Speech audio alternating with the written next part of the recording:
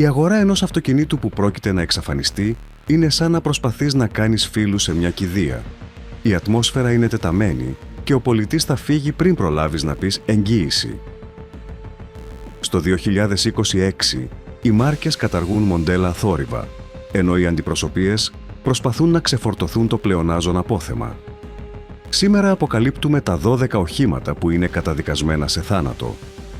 Μείνε μέχρι τη θέση νούμερο 1, γιατί είναι το μοντέλο που υποσχόταν να φέρει επανάσταση στον κόσμο και κατέληξε να είναι μια ιστορική αποτυχία. Ας ξεκινήσουμε. Αυτοκίνητο νούμερο 12. Ford Escape. Ξεκινάμε με μια περίπτωση που κανείς δεν έβλεπε να έρχεται, γιατί αν κοιτούσες τις πωλήσεις, φαινόταν ένα υγιές μοντέλο, το Ford Escape. Αυτό το SUV δεν πέθανε λόγω έλλειψης πωλήσεων. Μάλιστα, αυτή είναι η λεπτομέρεια που προκαλεί τη μεγαλύτερη αμηχανία. Το Escape ήταν μεταξύ των 30 πιο δημοφιλών αυτοκινήτων σε πωλήσεις στις Ηνωμένες Πολιτείες, ξεπερνώντας τις 140.000 ετήσιες μονάδες. Σε οποιαδήποτε κανονική λογική, ένα τέτοιο μοντέλο δεν αγγίζεται, αλλά η Ford αποφάσισε να το σκοτώσει παρόλα αυτά. Μετά από 23 χρόνια παραγωγής, η αμερικανική μάρκα ανακοίνωσε ότι το Escape δεν συνεχίζει. Δεν θα υπάρξει νέα γενιά, δεν θα υπάρξει επανασχεδιασμός, δεν θα υπάρξει άμεσος διάδοχος, το μοντέλο απλά βγαίνει από τον κατάλογο και το μόνο που μένει τώρα είναι η εκαθάριση του αποθέματος. Ο πραγματικός λόγος δεν ήταν ο ανταγωνισμός, δεν ήταν η τεχνολογία, ήταν η κερδοφορία. Η Ford βρίσκεται σε πλήρη παγκόσμια αναδιάρθρωση. Η μάρκα αποφάσισε ότι δεν θέλει πλέον παραδοσιακά συμπαγή SUVs με χαμηλά περιθώρια κέρδους. Η νέα της εστίαση είναι τα οικονομικά ηλεκτρικά οχήματα που αναπτύσσονται από το μηδέν πάνω σε νέες πλατφόρμες και το Escape, αν και πουλούσε καλά, δεν άφηνε αρκετά χρήματα αναμονάδα. Αυτό είναι σημαντικό να το καταλάβουμε. Όταν μια μάρκα καταργεί ένα μοντέλο που πουλάει καλά, σημαίνει ότι δεν την ενδιαφέρει πλέον ο τρέχον πελάτης, αλλά το οικονομικό σχέδιο για το μέλλον. Αυτό το SUV ανταγωνιζόταν σε ένα από τα πιο σκληρά τμήματα της αγοράς, ενάντια σε βαριά ονόματα όπως το Toyota RAV4 και το Honda CR-V, μοντέλα με τόσο σταθερή φήμη που η Ford δεν κατάφερε ποτέ να εκτοπίσει. Αντί να συνεχίσουν να επενδύουν για να βελτιώσουν το Escape και να το κάνουν πιο ανταγωνιστικό, προτίμησαν να αποσυρθούν από το τμήμα αυτό. Και εδώ έρχεται το πρόβλημα για τον αγοραστή. Κατά τη διάρκεια όλου του 2026 θα συνεχίσεις να βλέπεις καινούρια Ford Escape στις αντιπροσωπείες, με εκπτώσεις, με ελκυστικά επιτόκια, με πολιτές να σου λένε ότι είναι μια μεγάλη ευκαιρία, αλλά αυτό που δεν σου λένε είναι ότι αγοράζεις ένα μοντέλο χωρίς μέλλον. Σήμερα ίσως δεν το προσέξεις, αλλά σε λίγα χρόνια ξεκινούν τα πραγματικά αποτελέσματα. Ισχυρή πτώση της αξίας μεταπώλησης, χαμηλότερη προτεραιότητα της μάρκας για ανταλλακτικά, ανύπαρκτες ενημερώσεις και ένα μοντέλο που η Ford αποφάσισε ήδη να ξεχάσει. Και όταν μια μάρκα εγκαταλείπει ένα όχημα, το πρόβλημα δεν είναι άμεσο, αλλά είναι αναπόφευκτο. Ο ιδιοκτήτης πάντα καταλήγει να πληρώνει το τίμημα. Οπότε, αν δεις ένα Ford Escape σε ακαταμάχητη τιμή, θυμήσου, αυτό δεν είναι ευκαιρία, είναι η σιωπηλή έξοδος ενός μοντέλου που έχει ήδη καταδικαστεί. Αυτοκίνητο νούμερο 11. Nissan Versa. Τώρα πάμε με μια ιστορία που σε πολλούς δεν θα αρέσει να ακούσουν, γιατί εδώ βρίσκεται ένα από τα αυτοκίνητα με τις περισσότερες πωλήσεις και που βλέπουμε συχνότερα στους δρόμους μας. Το Nissan Versa. Η Nissan το επιβεβαίωσε ήδη σε αγορές κλειδιά όπως οι Ηνωμένες Πολιτείες. Το Versa φτάνει στο τέλος του και όλα δείχνουν ότι το 2026 θα είναι το τελευταίο έτος παραγωγής του σε παγκόσμιο επίπεδο. Ναι, το οικονομικό σεντάν, που για χρόνια ήταν η σίγουρη επιλογή για χιλιάδες οικογένειες, αφαιρείται από τον χάρτη.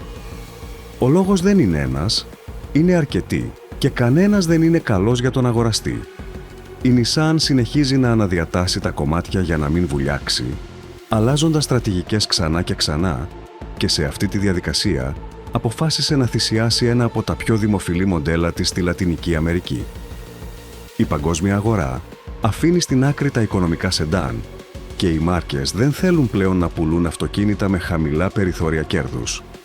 Το να διατηρηθεί το Versa κάτω από τις $20,000 έγινε σχεδόν αδύνατο.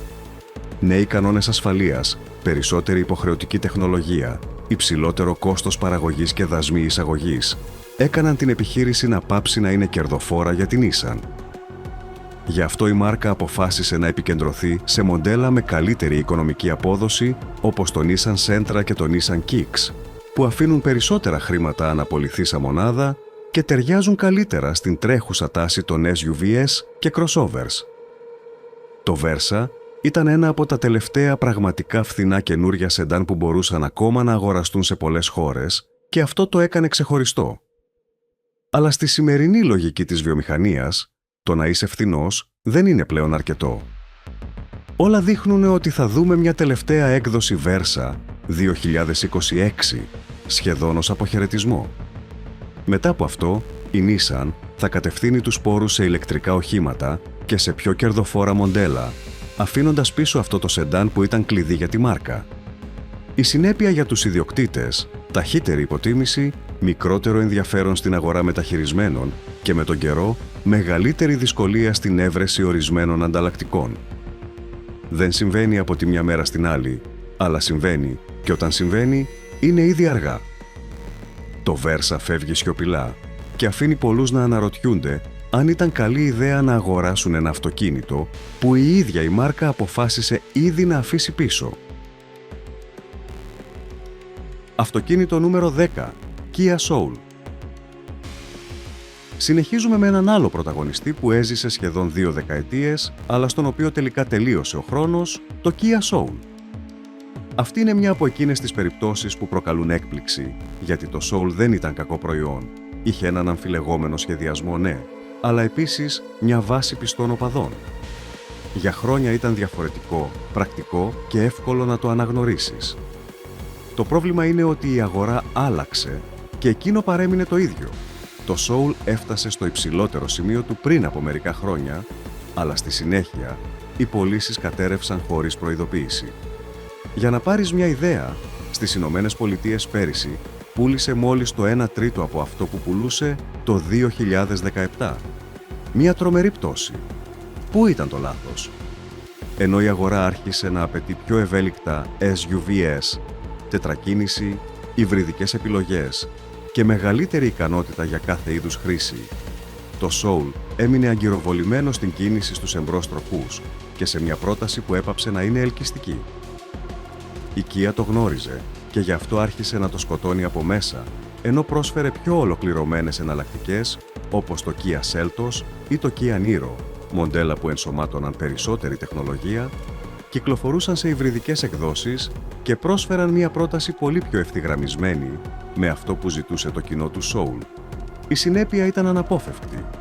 Πριν από λίγους μήνες, η Kia ανακοίνωσε επίσημα το τέλος της παραγωγής του Soul.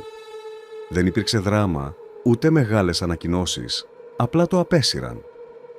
Και τώρα, οι αντιπροσωπείες κάνουν αυτό που κάνουν πάντα, εκπτώσεις και προσφορές για να βγάλουν τις τελευταίες μονάδες κατά τη διάρκεια αυτής της αρχής του 2026. Εν τω μεταξύ, η μάρκα κοιτάζει ήδη προς άλλη κατεύθυνση. Η Kia συγκεντρώνει πόρους σε νέα ηλεκτρικά, όπως το Kia EV3 και το Kia EV6, που θα είναι αυτά που θα καταλάβουν τον χώρο των συμπαγών εισαγωγικών μοντέλων στο εγγύς μέλλον. Οπότε αν δεις ένα Kia Soul σε δελεαστική τιμή, προσοχή, δεν εκμεταλλεύεσαι μια ευκαιρία, αγοράζεις ένα μοντέλο που δεν κατασκευάζεται πλέον, που η μάρκα αποφάσισε να αφήσει πίσω και που αναπόφευκτα θα χάσει την αξία του πιο γρήγορα. Αυτοκίνητο νούμερο 9, Nissan Ariya. Επιστρέφουμε με την Nissan και εδώ πλέον δεν μιλάμε για ένα παλιό μοντέλο, ούτε για ένα οικονομικό σεντάν. Μιλάμε για ένα από τα πιο ισχυρά πλήγματα που έχει δεχτεί η μάρκα τα τελευταία χρόνια, το Nissan Ariya. Αυτό το ηλεκτρικό SUV παρουσιάστηκε ως το μέλλον της Nissan, το μοντέλο που θα επανατοποθετούσε τη μάρκα στη νέα ηλεκτρική εποχή. Πολύς σχεδιασμός, πολλά λόγια, αλλά στην πραγματικότητα άντεξε μόνο 2 χρόνια πριν θαυτεί από την αγορά. Για το 2026, το Ariya δεν επιστρέφει. Δεν θα υπάρξει νέα γενιά, δεν θα υπάρξει ενημέρωση, δεν θα υπάρξει συνέχεια. Οι αντιπροσωπείες έχουν τώρα μία μόνο αποστολή: να ξεφορτωθούν με κάθε τρόπο τις χιλιάδες μονάδες που έμειναν απούλητες. Πού βρισκόταν το πρόβλημα? Σε πολλά μέτωπα και όλα σοβαρά. Πρώτον, το Αριά κατασκευαζόταν στην Ιαπωνία, γεγονός που το άφησε εκτεθειμένο σε υψηλούς δασμούς, καθιστώντας το ακριβό απέναντι σε ηλεκτρικούς ανταγωνιστές που παράγονται τοπικά ή σε αγορές με φορολογικά πλεονεκτήματα. Το αποτέλεσμα ήταν ένα όχημα με υψηλή τιμή και χωρίς σαφές πλεονέκτημα. Δεύτερον, οι πωλήσεις ήταν μια καταστροφή. Το 2024, μόλις που κατάφερε περίπου 15.000 μονάδες, ένας πολύ χαμηλός αριθμός για ένα ηλεκτρικό SUV που υποτίθεται ότι θα ήταν ηγέτης. Και όταν κοίταζε στο τεχνικό δελτίο, το πλήγμα ήταν μεγαλύτερο, δεν ξεχώριζε στην αυτονομία, ήταν κάτω από φθηνότερους ανταγωνιστές. Και ο πελάτης ηλεκτρικών οχημάτων δεν το συγχωρεί αυτό. Οι Ηνωμένες Πολιτείες, η αγορά κλειδί του, γύρισαν την πλάτη και όταν οι Ηνωμένες Πολιτείες λένε «όχι», οι μάρκες δεν φέρνουν αντιρρήσεις. Η Nissan δεν είχε άλλη επιλογή από το να σκοτώσει το έργο, να κόψει τις απώλειες και να μετακινήσει πόρους προς κάτι που μπορεί όντως να πουληθεί.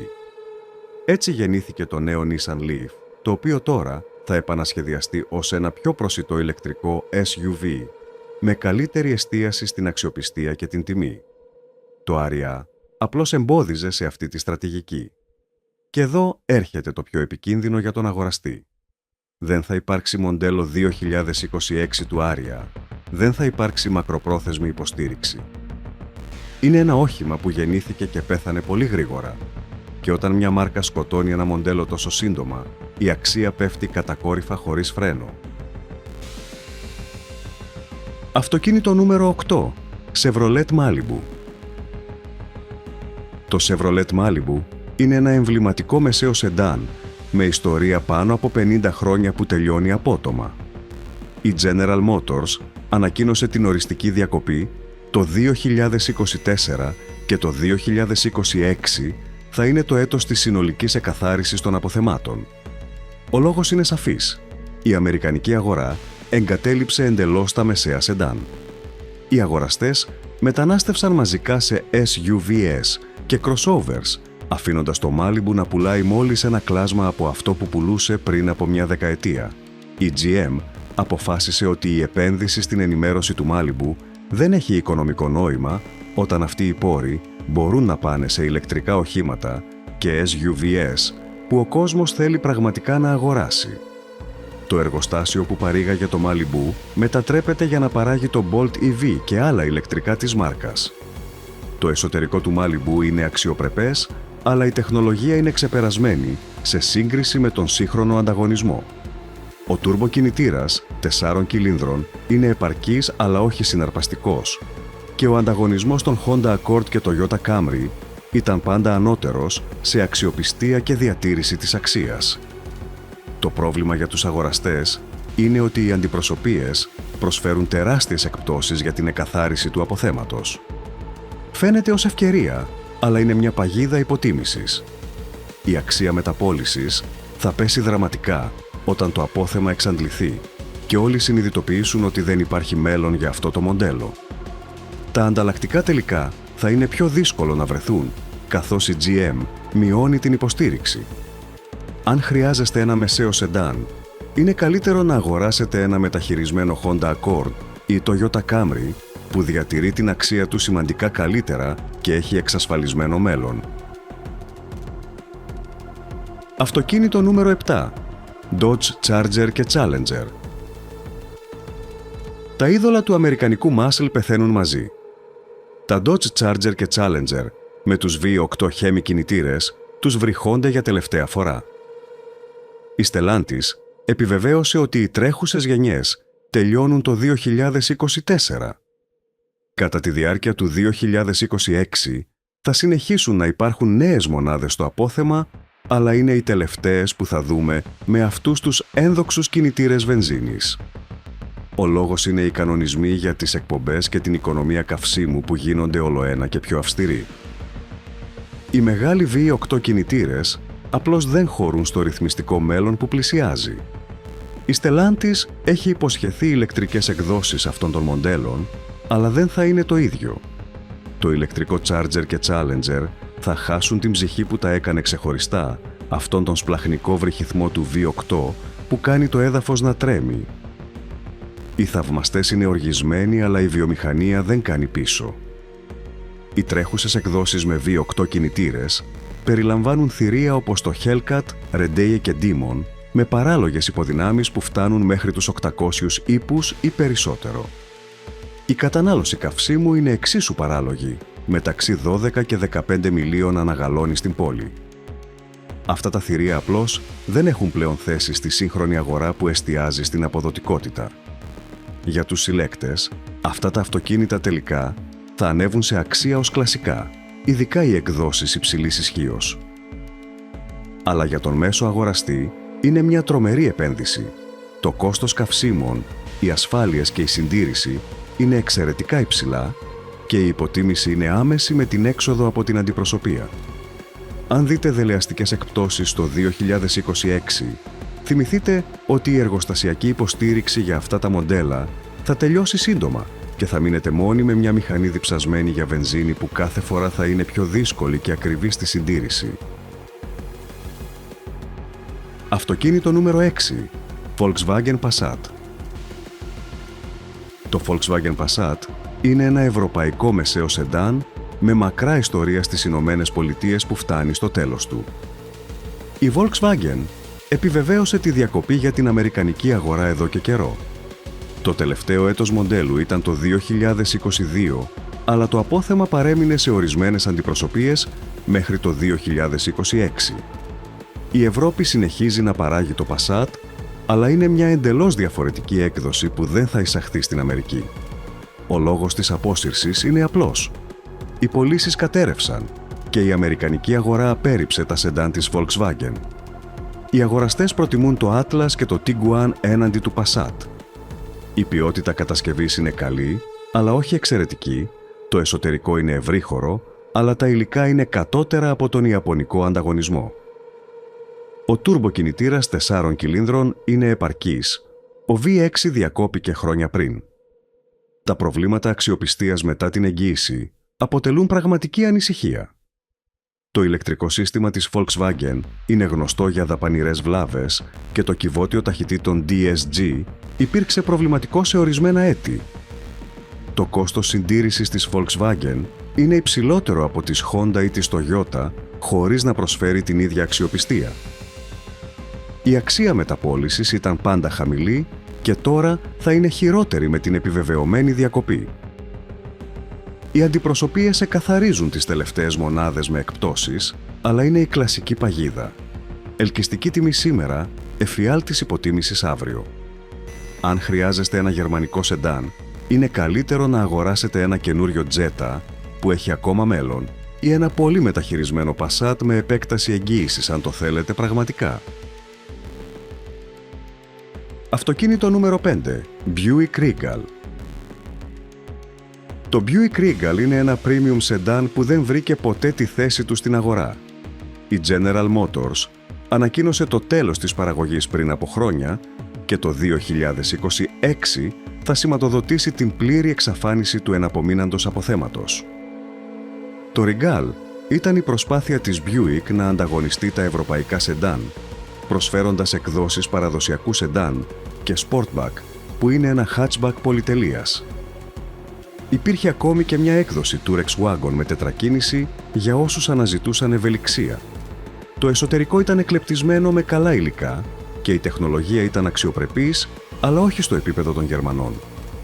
Ο βασικός τουρμποκινητήρας 4 κυλίνδρων ήταν επαρκής και η έκδοση GS με V6 Turbo προσέφερε 310 ύπους. Το θεμελιώδες πρόβλημα ήταν ότι κανείς δεν ήξερε για ποιον προοριζόταν αυτό το αυτοκίνητο. Ήταν πολύ ακριβό για τον παραδοσιακό αγοραστή της Buick, που αναζητά άνεση και αξία. Αλλά δεν ήταν αρκετά αναγνωρισμένο για τον αγοραστή πολυτελείας, που θα προτιμούσε μια BMW ή Audi για αυτά τα χρήματα. Οι πωλήσεις δεν απογειώθηκαν ποτέ, μόλις μεταξύ 10.000 και 15.000 ετήσιων μονάδων.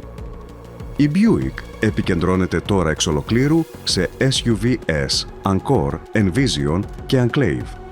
Η μάρκα επιβιώνει κυρίως λόγω των πωλήσεών της στην Κίνα. Στις Ηνωμένες Πολιτείες, η Buick είναι σχεδόν άσχετη εκτός από τους συνταξιούχους που θυμούνται τη μάρκα από τους γονείς τους. Το Regal υποτιμάται καταστροφικά, χάνοντας το 60% της αξίας του σε 4 χρόνια. Αν βρείτε ένα φθηνό μεταχειρισμένο με εγγύηση, θα μπορούσε να είναι ενδιαφέρον ως δεύτερο χέρι, αλλά καινούριο στο 2026, απολύτως όχι, είναι ένα μοντέλο νεκρό που περπατάει. Αυτοκίνητο νούμερο 4. Chrysler 300. Το Chrysler 300 είναι το τελευταίο πραγματικά αμερικανικό μεγάλο σεντάν.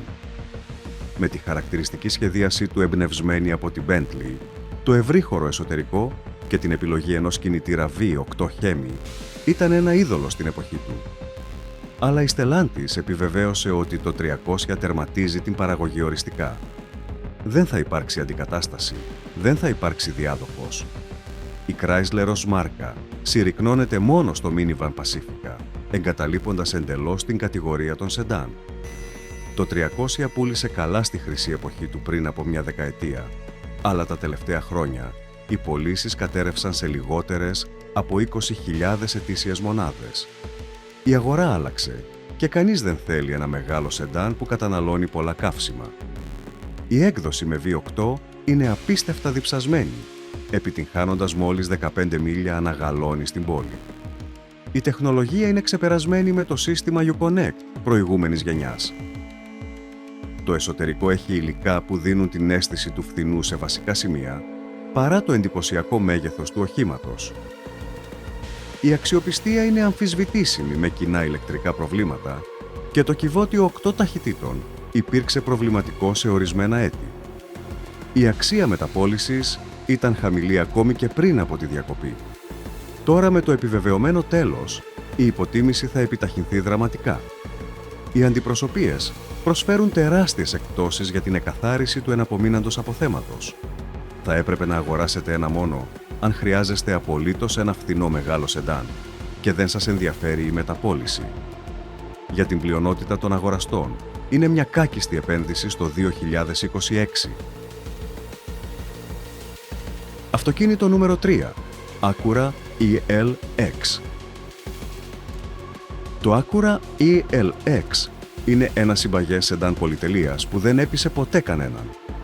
Η Honda επιβεβαίωσε τη διακοπή εδώ και καιρό και το 2026 θα δει τις τελευταίες καινούργιες μονάδες στο απόθεμα. Το ILX ήταν η προσπάθεια της Acura να δημιουργήσει ένα προσιτό εισαγωγικό σεντάν, αλλά απέτυχε σχεδόν σε όλες τις πτυχές. Βασιζόταν στην πλατφόρμα του Honda Civic προηγούμενης γενιάς, κάτι που δεν είναι κακό τεχνικά, αλλά καθιστούσε προφανές ότι πληρώνατε επιπλέον για ένα σήμα. Το εσωτερικό ήταν αξιοπρεπές, αλλά σαφώς προερχόμενο από το Civic. Ο ατμοσφαιρικός κινητήρας 4 κυλίνδρων απέδιδε 201 ύπους, με ένα κυβότιο διπλού συμπλέκτη 8 ταχυτήτων. Το θεμελιώδες πρόβλημα ήταν ότι το ILX ήταν πολύ ακριβό για αυτό που πρόσφερε. Η τιμή του καινούριου ήταν μεταξύ 28.000 και 32.000 δολαρίων. Για αυτά τα χρήματα μπορούσατε να αγοράσετε ένα Honda Accord μεγαλύτερο, καλύτερα εξοπλισμένο και με περισσότερο χώρο. Ή μπορούσατε να αγοράσετε ένα Civic Si πιο σπορ για λιγότερα χρήματα. Το ILX δεν είχε μια σαφή πρόταση αξίας που να δικαιολογεί την ύπαρξή του. Η τεχνολογία ήταν πάντα μια γενιά πίσω από τον ανταγωνισμό και το σύστημα ενημέρωσης και ψυχαγωγίας ήταν εκνευριστικό στη χρήση. Οι πωλήσεις ήταν θλιβερές, λιγότερες από 10.000 ετήσιες μονάδες τα τελευταία χρόνια. Η Acura επικεντρώνεται τώρα στο Integra ως το νέο της συμπαγές σεντάν. Το Integra είναι βασικά αυτό που θα έπρεπε να είναι το ILX εξ αρχής. Το ILX υποτιμάται γρήγορα, χάνοντας το 50% της αξίας του σε 4 χρόνια. Θα έπρεπε να το σκεφτείτε μόνο αν βρείτε μια τεράστια έκπτωση 30% ή περισσότερο και χρειάζεστε πραγματικά ένα μικρό Acura. Για τους περισσότερους είναι καλύτερο να περιμένουν ένα μεταχειρισμένο Integra σε 2 χρόνια. Αυτοκίνητο νούμερο 2. Mitsubishi Mirage. Το Mitsubishi Mirage ήταν το πιο φθηνό αυτοκίνητο που μπορούσες να αγοράσεις καινούριο στις Ηνωμένες Πολιτείες και τώρα πεθαίνει. Η Mitsubishi επιβεβαίωσε ότι το Mirage δεν συνεχίζει μετά το 2025. Το 2026 θα είναι το έτος εκαθάρισης του εναπομείναντος αποθέματος. Το Mirage ήταν το τελευταίο πραγματικά οικονομικό αυτοκίνητο, διαθέσιμο κάτω από τις $18.000 ως καινούριο. Ερχόταν με έναν μικροσκοπικό τρικύλινδρο κινητήρα που απέδιδε μόλις 78 ύπους. Η απόδοση καυσίμου ήταν εξαιρετική, μεταξύ 35 και 40 μιλίων ανά γαλόνι. Αλλά όλα τα υπόλοιπα ήταν απολύτως τρομερά. Το εσωτερικό είχε πλαστικά πιο φθηνά από ένα παιχνίδι το McDonald's. Η τεχνολογία ήταν πρακτικά ανύπαρκτη. Ούτε καν το Apple CarPlay δεν υπήρχε στα βασικά μοντέλα.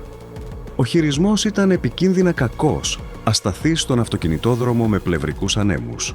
Η επιτάχυνση ήταν παγετώδης, 0 έως 60 μίλια ανά ώρα, σε περισσότερο από 12 δευτερόλεπτα.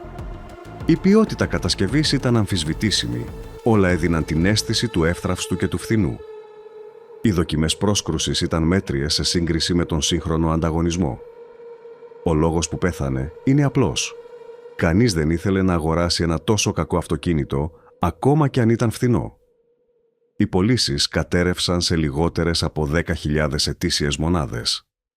Ο ανταγωνισμός όπως το Nissan Versa και το Kia Rio προσέφεραν πολύ περισσότερα για λίγα επιπλέον χρήματα.